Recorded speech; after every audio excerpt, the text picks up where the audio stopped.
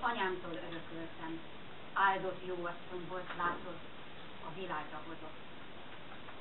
Az életet hiába hasonlítjuk cipőhöz vagy vegytisztító intézethez, mégiscsak másért örülünk neki. Naponta 3-szor megváltják a világot, de nem tudnak gyufát se nyújtani. Ha így megy tovább, nem törődünk velük. Jó volna jegyet szerezni, és elutazni önmagunkhoz, hogy bennetek lakik, bizony. Minden reggel hideg vízben fürdetem gondolataimat, így lesznek frissek és ébrek.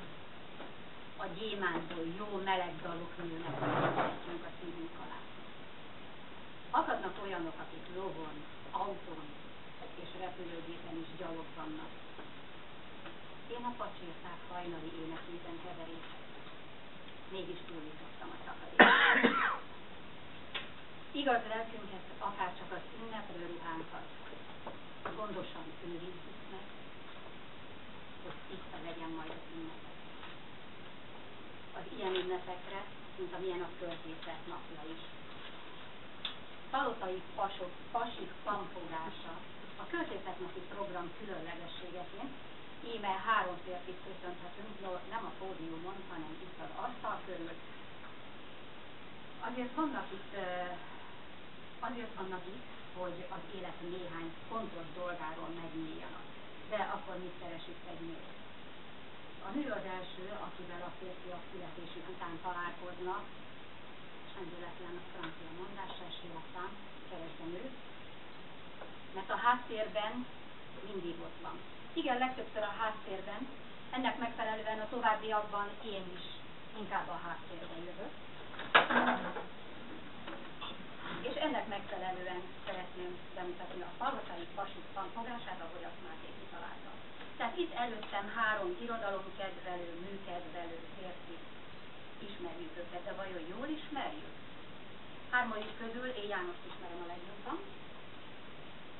Először az ő háta mögé állok, és mondanék néhány szót róla. Az, hogy János újságíró, ezt szerintem mindenki tudja, alig néhány évtizedes gyakorlattal. Esztéta, nekem pedig csak szíves. Egy József Attila versekhez tudtam kapni. Nem én kiállt, a föld üvölt. Vigyázz, vigyázz, mert megőrül a sátán. Lapulj a források tiszta szenetére, símulj az üveglapra, rejtőd a gyémántok fénye mögé, kövek alatt, bogarak között. Ó, rejtsd el magad a frissen sült kenyérbe, mezőn, friss záporokkal szivárogj a földre. Hiába fürödköd önmagadban, csak másban moshatod meg arcát. Légy egy fűszálon a piti él, s nagyobb leszel a világ tengerén. Ó, gépek, madarak, lombok, csillagok, meddő anyánk gyerekek könyörök. Barátom, drága szerelmes barátom, akár borzalmas, akár nagyszerű. Nem én ki. A föld üdött. Tudom, János, hogy nem vagy a szavak embere. Most viszont arra kérlek, hogy folytasd a bemutatási sort, és most Jóska mögé állnék, Peti, ha nem bánod, annál a kis időre, addig, amíg János bemutat.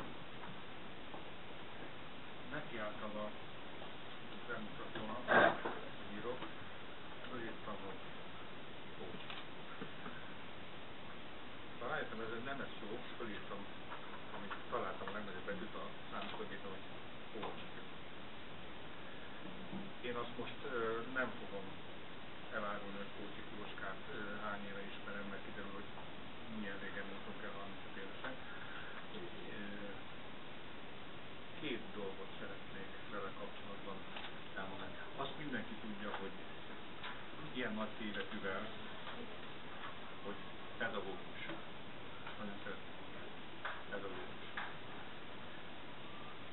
Pedagógus egész pályájában. Mert hát azért, ha úgy rám néznek, kedves barátaim, kedves vendégeink, hát lehet, hogy itt egy rendőrségi körözés volna kivéve 15 palotai pasiról, ez a szó, hogy pasi, és ott lenne az enyém is, biztos nem kerülnék az első 5-be, lehet, hogy hátul a fiatalok azt mondják a 10-be se.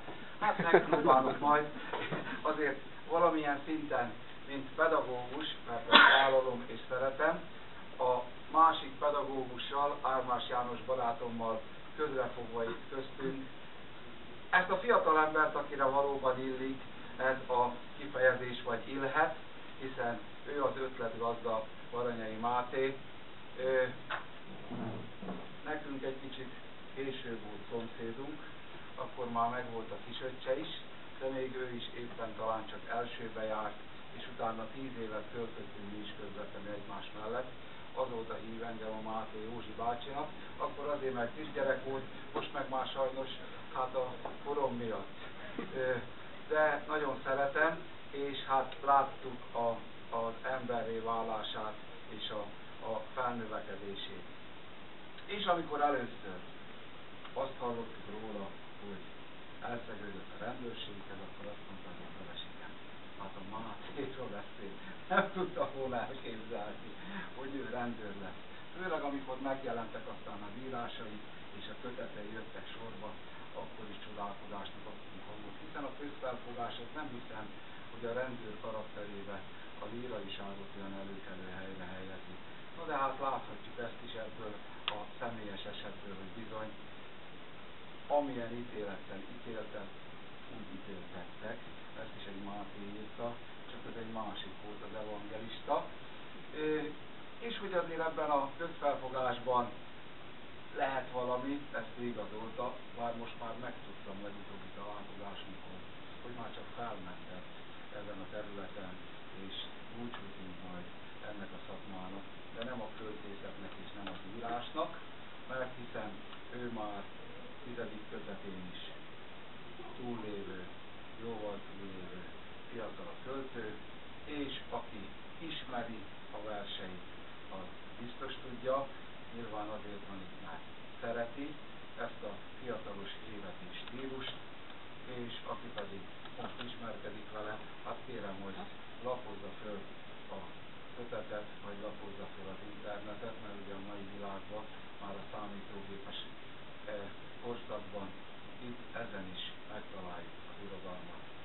Magam is élek vele, bár nehezen szoktam hozzá, de azért rá kellett jönnem, hogy bizony a mai világnak el is tartozik a Baranyai Máté itt ül közöttünk, ő az igazi pasi, és én örülök neki, hogy bekerülhettem ebbe a társaságba. Igyekszem ezzel a kis jovális megjelenésemmel helytállni ezen a fronton. Kívánom, hogy érezzük jól ma este magunkat a költészet napján, József Attilára és a költészetre emlékezve, és minden egyes költőre, aki tett valamit azért, hogy a mi nyelvünk, a mi irodalmunk még most is ilyen szépen csinál.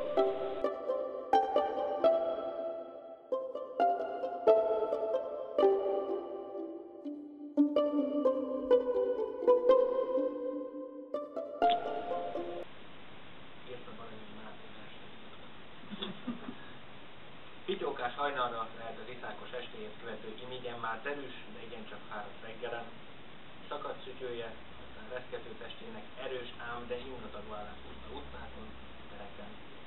Iszkott volna a fény elől, ne láthassa senki, hogy mit történnek errefelé, mi mámoros a vadság, aztán lépve egy nagyot magához tért a most fiatallal, időssel, melóssal és minden magyar emberrel, akiknek nem kellett több rabság. Az állapotát már nem befolyásolta, és lelkét sem bénította a korábbi este duhaj lerészegedése, sőt a tettvágyat, mint ajtószer húzta ekét, az esély felismerésével, mint varázslattal betétve.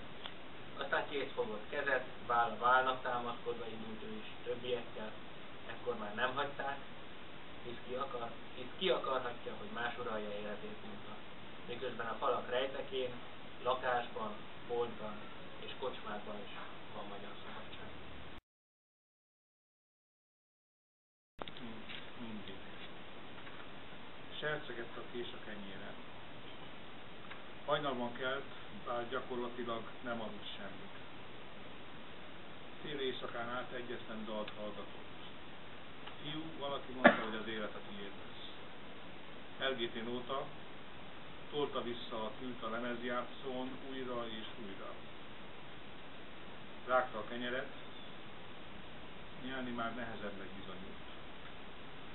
Nem is tudott. Ha felébred, valamit mondani kell majd a lányának, aki tudja, hogy tegnap este bevitte a kórházba anyát, mert hogy születik a kisfestő. A pirítós ott marad a tányéron. A lánya perceken belül nyújtózva felszuszog, és akkor nem szabad, nem lehet összeszakadni, beomolni, akkor okosnak kell lenni. Találkozott már a halállal korábban is, apai nagyapját csak egyszer látta 10 évesen. Fél esztendőre éppen hazatért szüleivel egy boldog Balatonnyaralásból. A postaládából szólt a távirat a temetés dátumában. Egyetemistaként halottat öltöztetett.